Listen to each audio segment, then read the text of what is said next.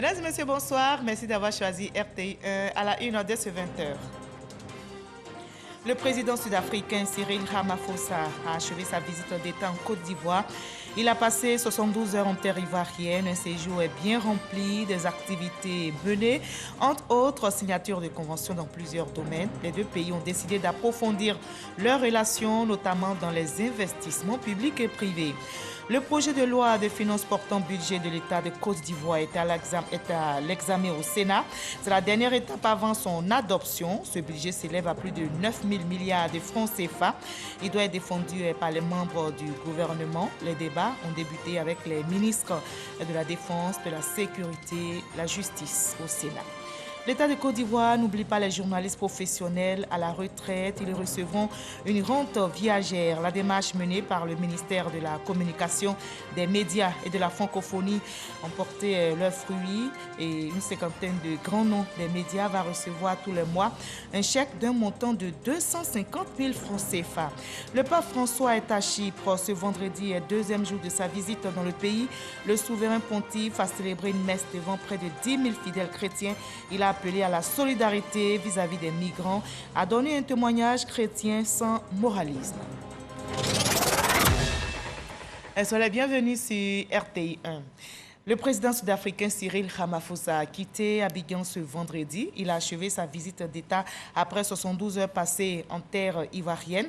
Un séjour est bien rempli, des activités également menées, entre autres signature de conventions dans plusieurs domaines. En tout, 9 accords de coopération ont été signés par les deux gouvernements. Durant cette visite, il s'est aussi tenu un forum économique pour redynamiser les liens entre les secteurs privés ivoiriens et sud-africains.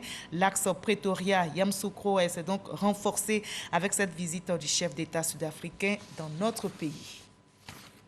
À la veille de son départ d'Abidjan, le président sud-africain a été convié à un dîner par son homologue ivoirien Alassane Ouattara. Au cours de cette réception solennelle, Cyril Ramaphosa a été élevé à la dignité de Grand Croix de l'Ordre national de la République de Côte d'Ivoire.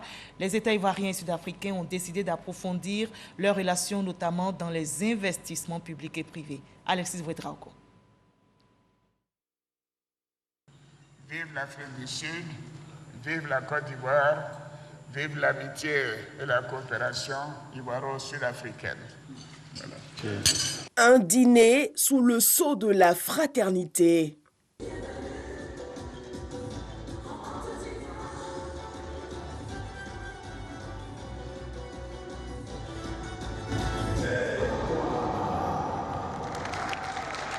Ce jeudi soir, au Sofitel Hôtel Ivoire, les chefs d'État Alassane Ouattara et Cyril Ramaphosa célèbrent l'excellence des relations entre les deux pays. Cyril Ramaphosa n'a pas manqué de saluer la solidarité ivoirienne, le dynamisme de son économie et les efforts du président Alassane Ouattara en faveur de la réconciliation nationale.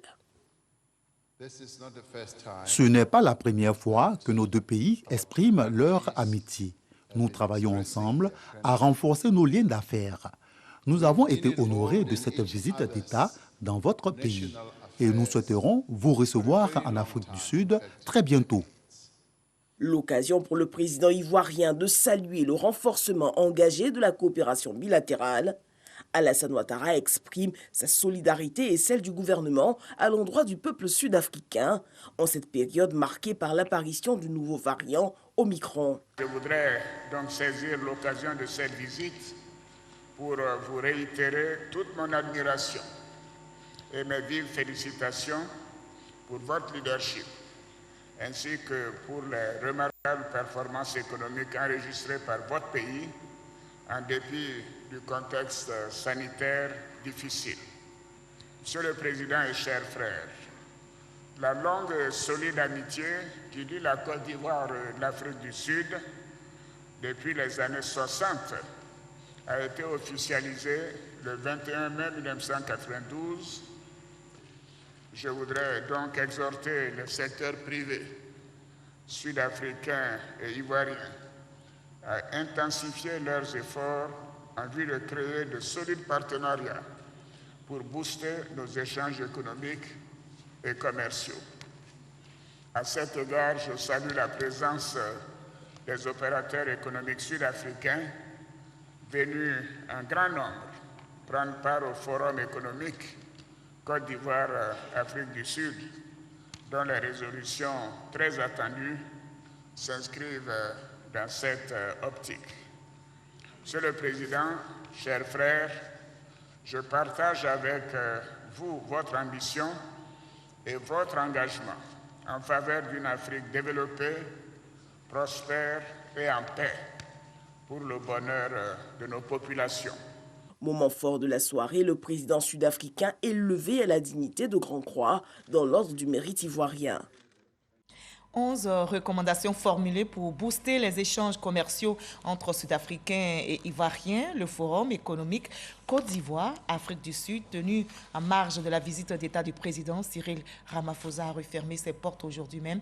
Le président sud-africain et le premier ministre ivoirien Patrick Kachi ont assisté à cette rencontre. Le reportage est signé Cheikh Kone.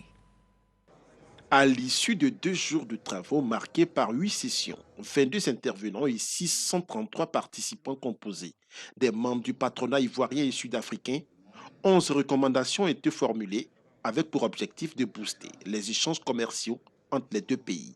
C'est uniquement à travers des partenariats et à travers la collaboration que nous verrons que de grandes choses dans le domaine des affaires ne sont jamais faites, ne sont jamais accomplies par une personne, mais qu'elles sont accomplies collectivement. Les échanges globaux entre la Côte d'Ivoire et l'Afrique du Sud se sont élevés à 352 milliards de francs CFA en 2020 contre 276 milliards de francs CFA l'année précédente. Un indicateur positif qui dénote de la solidité des relations économiques des 2 pays. Il nous faut ensemble, demain, aller plus vite, aller plus loin. Et si la Côte d'Ivoire est devenue, par les réformes menées avec énergie depuis une décennie, l'un des pays d'Afrique les plus attractifs pour les investissements privés, je veux vous assurer, Monsieur le Président de la République, que le gouvernement que j'ai l'honneur de conduire, sous le leadership du président Alassane Ouattara, continuera de prendre toutes les dispositions législatives et fiscales pour assurer la compétitivité absolue de l'environnement des affaires dans notre pays et permettre ainsi aux acteurs continentaux et notamment sud-africains d'investir en Côte d'Ivoire. Le président sud-africain a quant à lui rassuré de sa ferme volonté d'aider les 2 secteurs privés à mutualiser leurs efforts pour le développement de réelles opportunités d'affaires. Je pense qu'au-delà de cette visite, la relation entre la Côte d'Ivoire et l'Afrique du Sud va passer à un niveau supérieur et même au-delà de ce que nous avons pu réalisé par le passé. Et donc cela devrait être salué. Il est clair que si nous travaillons ensemble, à mon sens, nous pouvons pleinement tirer les bénéfices des échanges commerciaux entre nos 2 pays, des investissements entre nos 2 pays et des partenariats que vous, en tant qu'opérateur économique, avez mentionné. Les participants des 2 délégations ont salué les conclusions de cette rencontre de haut niveau. C'est un grand pays qui a maîtrisé le processus minier. Nous sommes un nouveau pays minier. Ils vont vraiment nous aider à brûler les étapes, comme on dit, pour pouvoir rapidement avoir le know-how de ces choses. Je voudrais me réjouir tout d'abord de la réussite de cette visite d'État et du forum économique qui permet donc de renforcer les bases de coopération économique entre la Côte d'Ivoire et l'Afrique du Sud. Et par rapport à ce que nous avons entendu de nos autorités, en tout cas pour nous, le forum a été un succès et aussi les bonnes intentions vraiment présentent pour nous beaucoup d'espoir. L'Afrique du Sud a un marché de consommation de plus de 60 millions d'habitants et importe de la Côte d'Ivoire le caoutchouc, la noix de cajou, le cacao et exporte en retour vers Abidjan les biens d'équipement et de consommation, les produits pharmaceutiques, les produits pétroliers et les produits de construction. Et je rappelle que le président sud-africain a achevé sa visite d'État dans notre pays. Il a passé 72 heures en terre ivoirienne.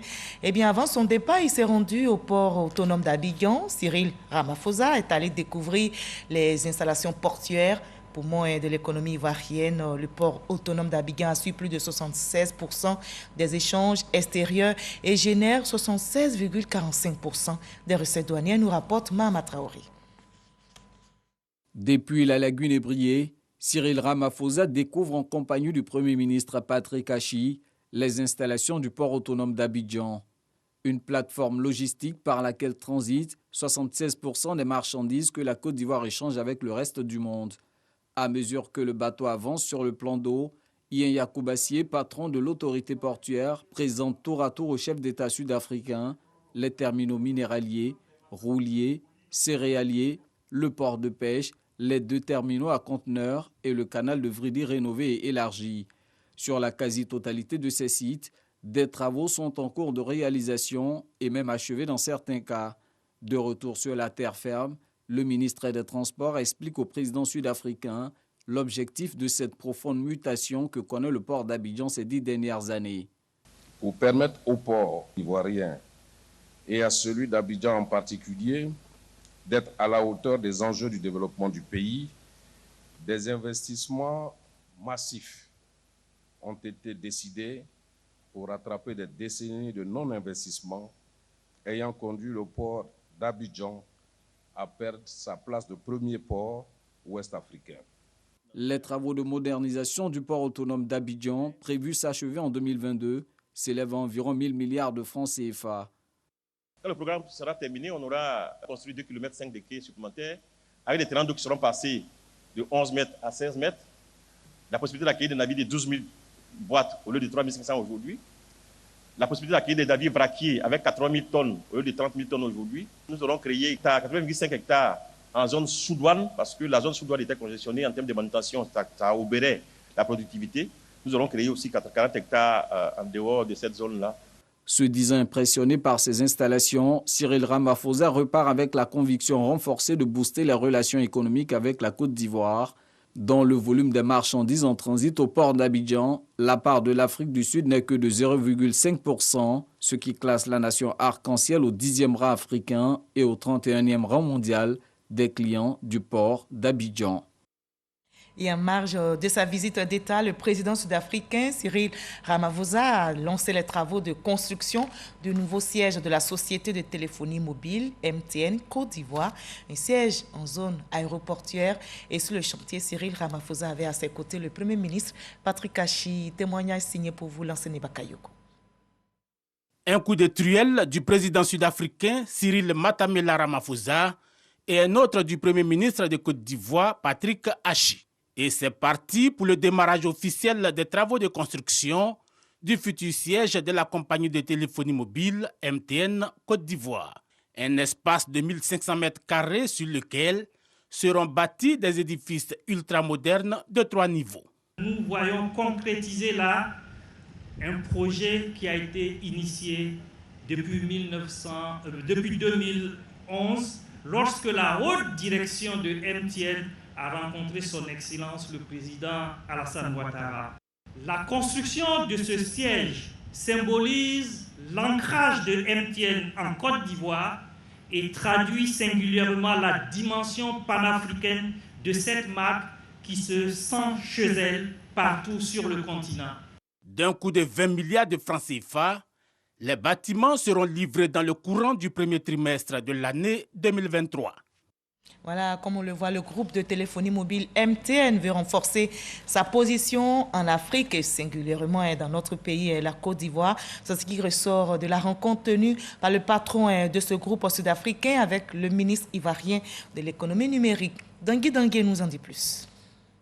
En marge de la visite d'État du président sud-africain en Côte d'Ivoire, le patron de l'entreprise de téléphonie mobile MTN, par ailleurs membre de sa délégation, a échangé avec le ministre de l'économie et des finances sur les grands enjeux du développement numérique en Côte d'Ivoire.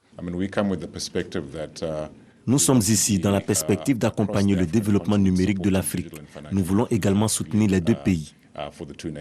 Nous comptons sur eux pour rester avec nous, pour construire un partenariat à long terme et pour créer cette vraie économie digitale qui nous permettra de transformer de manière structurelle l'économie ivoirienne. Selon des spécialistes de la question, la Côte d'Ivoire a déjà enregistré plus de 37 millions d'abonnés à la téléphonie mobile, soit un taux de pénétration de 145%.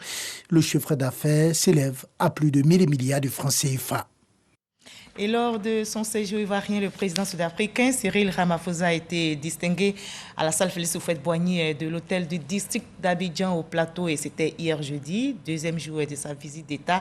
Il a reçu, vous allez le voir, les clés de la ville et le parchemin de citoyen d'honneur du district autonome d'Abidjan. Awa Touré pour le témoignage. Une autre articulation de la visite d'État du président sud-africain Cyril Ramaphosa en Côte d'Ivoire, la cérémonie de remise des clés de la ville et du parchemin du citoyen d'honneur du district autonome d'Abidjan. Une cérémonie riche en couleurs pour honorer le chef de la nation arc-en-ciel à travers un aperçu du riche patrimoine culturel ivoirien. Le ministre-gouverneur du district autonome d'Abidjan, Robert Begré-Mambé, s'est dit heureux d'accueillir le président d'un très beau et grand pays qui est un symbole de réussite avant de relever l'excellence des relations de coopération entre la Côte d'Ivoire et l'Afrique du Sud. Excellence, Monsieur le Président, fort de tous les acquis entre la Côte d'Ivoire et l'Afrique du Sud, vous êtes donc sur vos terres, vous êtes ici chez vous. Notre pays, la Côte d'Ivoire, deviendra votre seconde patrie d'origine après l'Afrique du Sud. Vous serez ivoirien, parce que chef traditionnel. Vous êtes dorénavant, Monsieur le Président, un des nôtres. Plus que hier, nous vous convions à considérer, durant toute votre vie, que les chefs traditionnels seront le noyau dur et indissoluble du soutien dont vous aurez besoin. Désormais citoyen d'honneur du district autonome d'Abidjan, le président Cyril Ramaphosa a reçu des mains du ministre-gouverneur Begré-Mambé les symboles de cette distinction, les clés de la ville et un parchemin.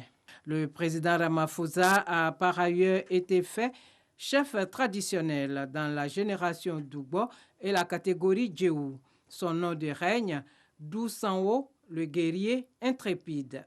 Après avoir signé le livre d'or du district autonome d'Abidjan, le président sud-africain s'est réjoui de tous les honneurs qui lui ont été faits. Je suis vraiment ému par cet honneur.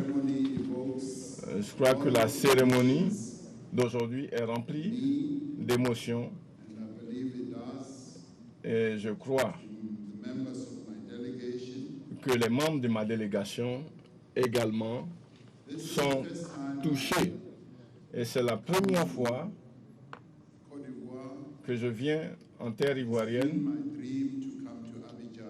Et je crois que j'en ai rêvé. Et aujourd'hui, je suis à Abidjan parce que j'ai écouté et entendu beaucoup de belles histoires. Aujourd'hui, j'ai la mienne à raconter. Merci d'avoir fait de moi citoyen ivoirien et chef traditionnel.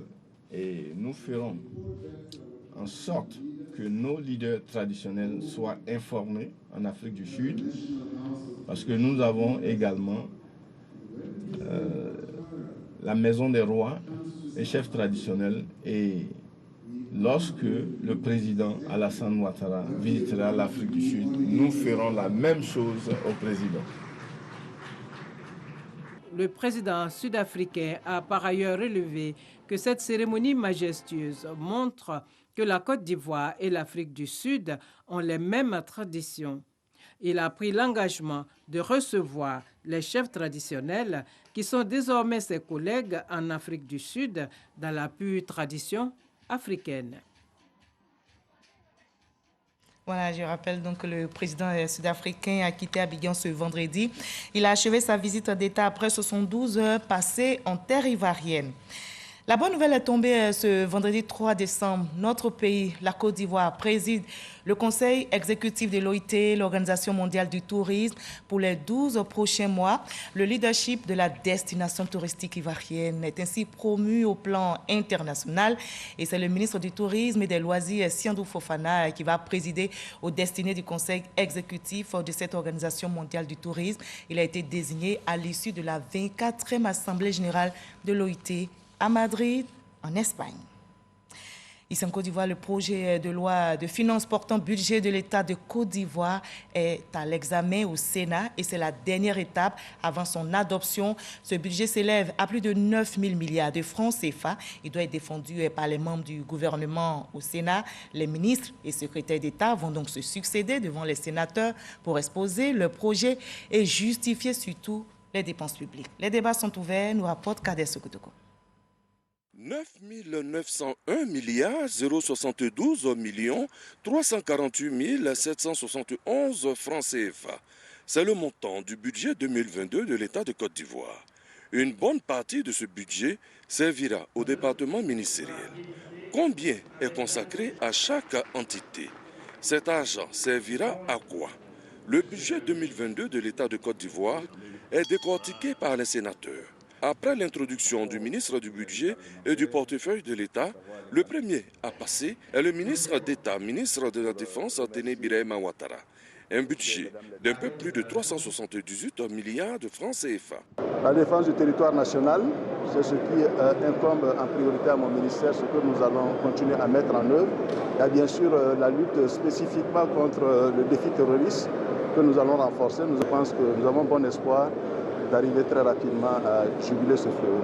L'intérieur et la sécurité, 539 milliards de francs CFA. Nous avons un programme de construction de commissariats.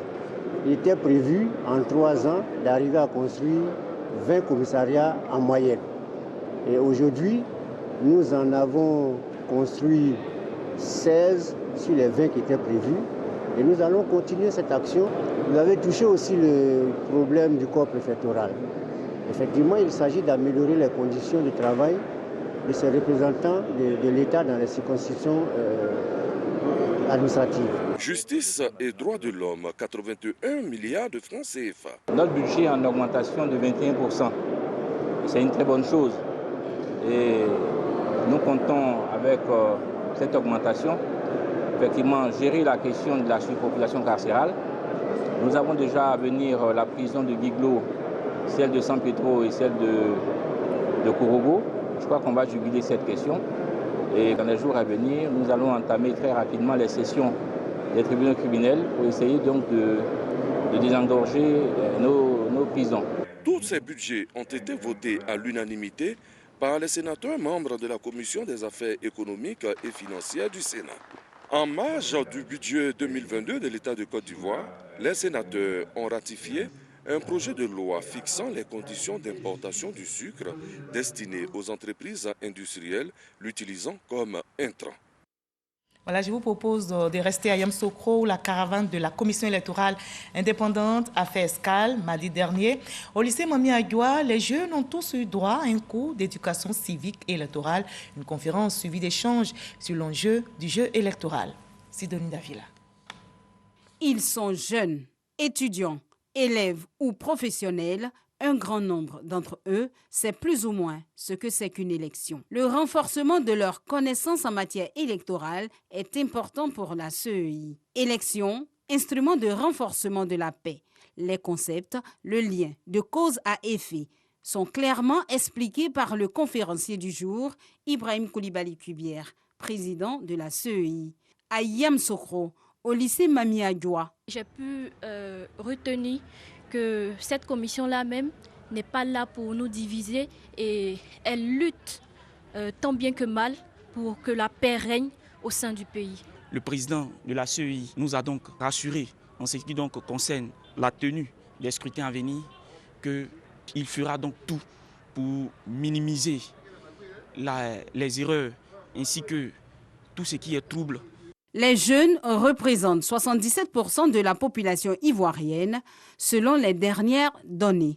La CEI veut semer en eux les graines de la cohésion et de la paix. Ce sont ces jeunes qui sont très souvent utilisés par certains candidats pour contrarier la loi.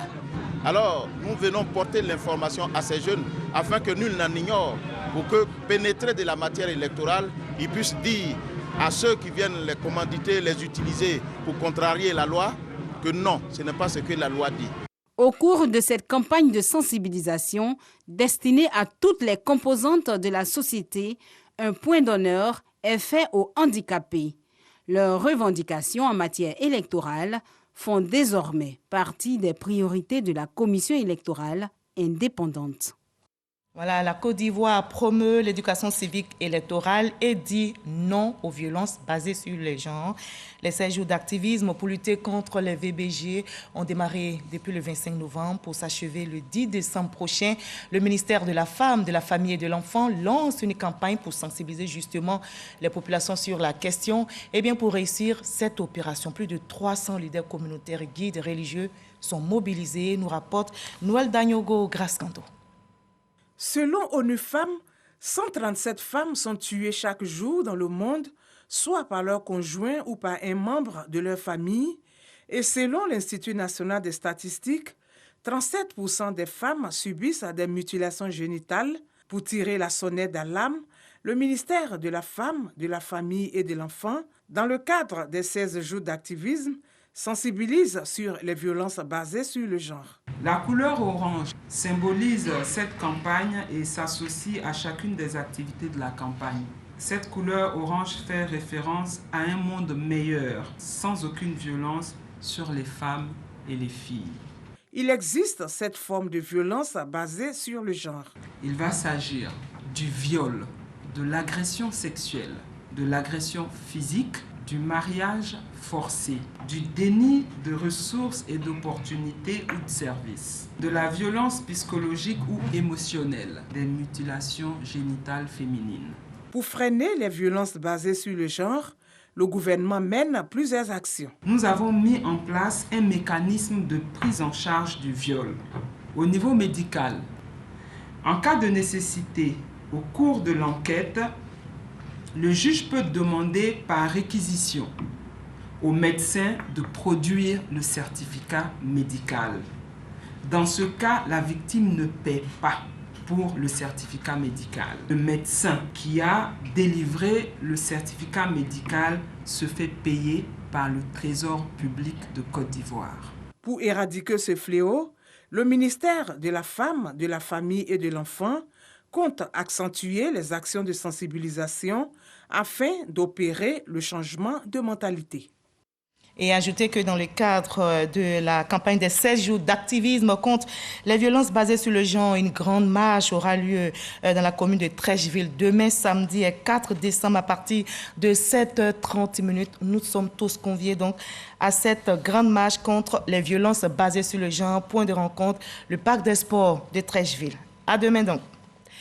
L'État de Côte d'Ivoire n'oublie pas les journalistes professionnels à la retraite. Ils recevront une rente viagère. La démarche menée par le ministère de la Communication, des médias de la francophonie, en collaboration avec le Cénacle des journalistes seniors, a porté ses fruits. Une cinquantaine de grands noms des médias de notre pays va recevoir tous les mois un chèque d'un montant de 250 000 francs CFA. Walter Madouatara. Soirée soft, mais pleine de reconnaissance. Des visages et des voix bien connues qui ont marqué l'écosystème des médias pour certains dès l'indépendance du pays, pour d'autres depuis les années 80. Ils voient aujourd'hui leur mérite récompensé. De façon symbolique, l'épouse et la fille de Jésus Kwasi Yoboué, au nom de l'ex-présentateur vedette de l'émission Planète et du 20h de RTI 1 au début des années 90, reçoit des mains du ministre de la Communication, des médias et de la francophonie des chèques, chacun d'un montant de 250 000 francs CFA qui représente 3 mois de rente viagère. Ils sont une cinquantaine de bénéficiaires sur la liste du ministre Amadou Coulibaly. La démarche a été possible grâce à la mise sur pied du Cénacle des journalistes seniors de Côte d'Ivoire. Une idée de l'ancien ministre de la Communication, Auguste Sévérin Mirimon. Ce Cénacle est présidé par Lucien Ouedanou. Nous saluons, Monsieur le ministre, votre initiative de solidarité agissante et structurée en faveur des seniors qui sont les plus fragiles. La reconnaissance et la solidarité pourraient se traduire utilement par un soutien à l'assurance santé des seniors. Le ministre de la Communication, des médias et de la francophonie, Amadou Coulibaly, se veut rassurant relativement aux différentes préoccupations des journalistes seniors. Nous avons entrepris des discussions avec une compagnie d'assurance parce que nous sommes bien conscients qu'aujourd'hui, un des plus gros postes de dépenses ça reste celui de la santé. Je voudrais vous dire surtout que ce projet s'inscrit dans la vision du chef de l'État qui a voulu une Côte d'Ivoire solidaire. Le ministre de l'Emploi et de la Protection sociale, Adama Kamara, livre le message du Premier ministre Patrick Achi, parrain de la cérémonie. Chers icônes, je vous invite à rejoindre la plateforme de compétences des seniors pour prodiguer à nos jeunes journalistes d'aujourd'hui ce que vous avez toujours su bien faire pour notre beau pays. Son Excellence, Monsieur le Premier ministre, me charge d'annoncer au Cénacle des seniors qu'il offre à votre association la somme de 5 millions de francs CFA. Des invités de marque, des directeurs généraux, des présidents de conseils d'administration, ainsi que plusieurs anciens ministres de la communication et des ministres en fonction ont rehaussé de par leur présence cet hommage et reconnaissance aux icônes des médias et de la communication. Les artistes, Baïs Punto et Daouda le Sentimental, ont assuré la note festive. Loin d'Abidjan, les acteurs du monde agricole ivoirien sont à Yamoussoukro pour les journées nationales pour la valorisation de l'agriculture, des ressources animales et halieutiques. Plusieurs activités ont meublé ces journées. Les meilleurs acteurs du secteur agricole ont été honorés pour la promotion de l'agriculture au titre de l'année 2021. Soro Corona. Une quinzaine de producteurs et de partenaires de l'agriculture ivoirienne distingués à la nuit des awards du secteur agricole à Yamoussoukro. Une activité en marge de la 10e édition des JNVA, Journée nationale pour la valorisation de l'agriculture, des ressources animales et halieutiques. Ces récipiendaires ont marqué l'année agricole 2021 par la qualité, la quantité des productions, le soutien aux structures agricoles. Nous venons de recevoir un prix du meilleur entrepreneur jeune. C'est un honneur pour moi de représenter l'Alliance Emploi Jeune à cette activité, à cette cérémonie de distinction.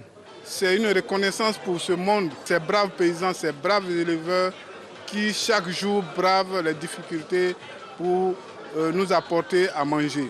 Ils contribuent tous à la sécurité alimentaire dont l'État, le gouvernement fait de cela un cheval de bataille.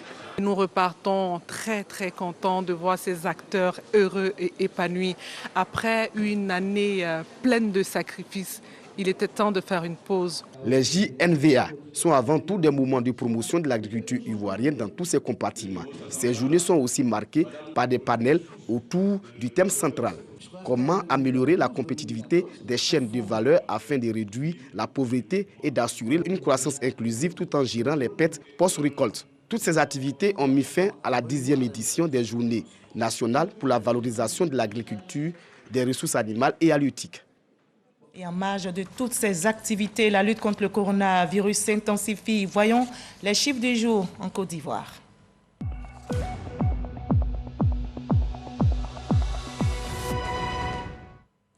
Restons vigilants car ce virus mortel continue de circuler. Ce vendredi 3 décembre, on dénombre en Côte d'Ivoire 19 cas positifs sur 2431 échantillons prélevés, soit 0,8% de cas positifs, 10 nouvelles guérisons et 0 décès, 251 cas actifs, plus de 4 millions de personnes vaccinées. Faisons-nous tous vacciner, préservons notre santé et celle des autres, surtout continuons d'observer scrupuleusement les gestes barrières.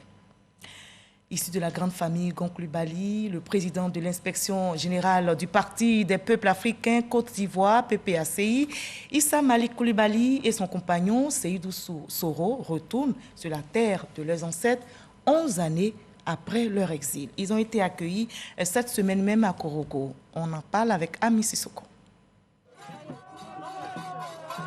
28 novembre 2010, 28 novembre 2021. Après 11 ans d'exil, Issa Malik Coulibaly et Seydou Soro, respectivement ex-directeur national de campagne et directeur financier de campagne de l'élection présidentielle de 2010 de l'ex-président de la République Laurent Gbagbo, foulent de nouveau la terre de leurs ancêtres à Korogo. C'est la place Gondala au quartier Soba qui abrite la cérémonie d'accueil. Parents, amis, connaissances et familles politiques, PDCI, PPACI, GPS, AIRD étaient là pour leur témoigner leur affection et leur couvrir de présent. Je vais vous dire le mot du président Henri Konan Bédié qui nous charge ici de venir dans le cadre de la réconciliation se tenir aux côtés de son frère, Dr Issa Malik Coulibaly, de se tenir aux côtés de son frère, Soro Sédou Coton, et leur dire, le PDCI vous souhaite la bienvenue en Côte d'Ivoire et sur votre terre natale, ici à Bandala.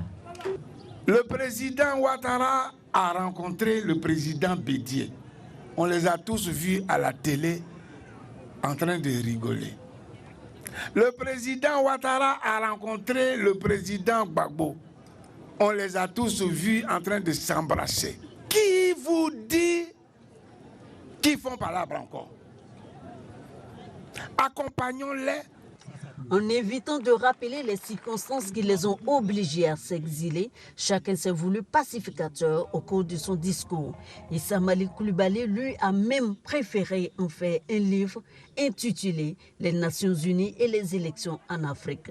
Il a appelé au retour de tous les exilés ivoiriens. J'ai compris qu'il fallait que cessent nos discordes. J'ai compris qu'il fallait que cessent nos polémiques. Car dans le fond, nos incompréhensions sont inutiles. Faisons de nos différences notre force et non un facteur de division. Transformons nos divergences en convergences pour le développement de notre pays. Œuvrons pour le retour des Ivoiriens encore en exil. Issa Malik Coulibaly et Sédou Soro, désormais rentrés au pays, sont nommés respectivement président de l'inspection générale et vice-président chargé du développement agricole et du foncier rural du Parti des peuples africains Côte d'Ivoire. Ils comptent œuvrer pour la paix, la réconciliation et le développement de leur pays. Et dans cette ambiance paisible et conviviale, nous nous rendons à Chypre où le pape François est en visite. Ce vendredi, deuxième jour donc de sa visite, le souverain pontife a célébré une messe devant près de 10 000 fidèles chrétiens venus de tout le pays et même d'ailleurs. Et durant son homélie prononcée depuis un podium dressé sur la pelouse du stade, le pape François a encouragé la minorité catholique du pays à être unie et solidaire vis-à-vis des migrants, à donner un témoignage chrétien sans moralisme. Et vous l'avez compris, ce journal est terminé. Merci de nous avoir suivis. Je vous retrouve avec le même plaisir à 20h. Mais avant, à 13h, vous avez rendez-vous avec Hamza Diaby. Prenez soin de vous.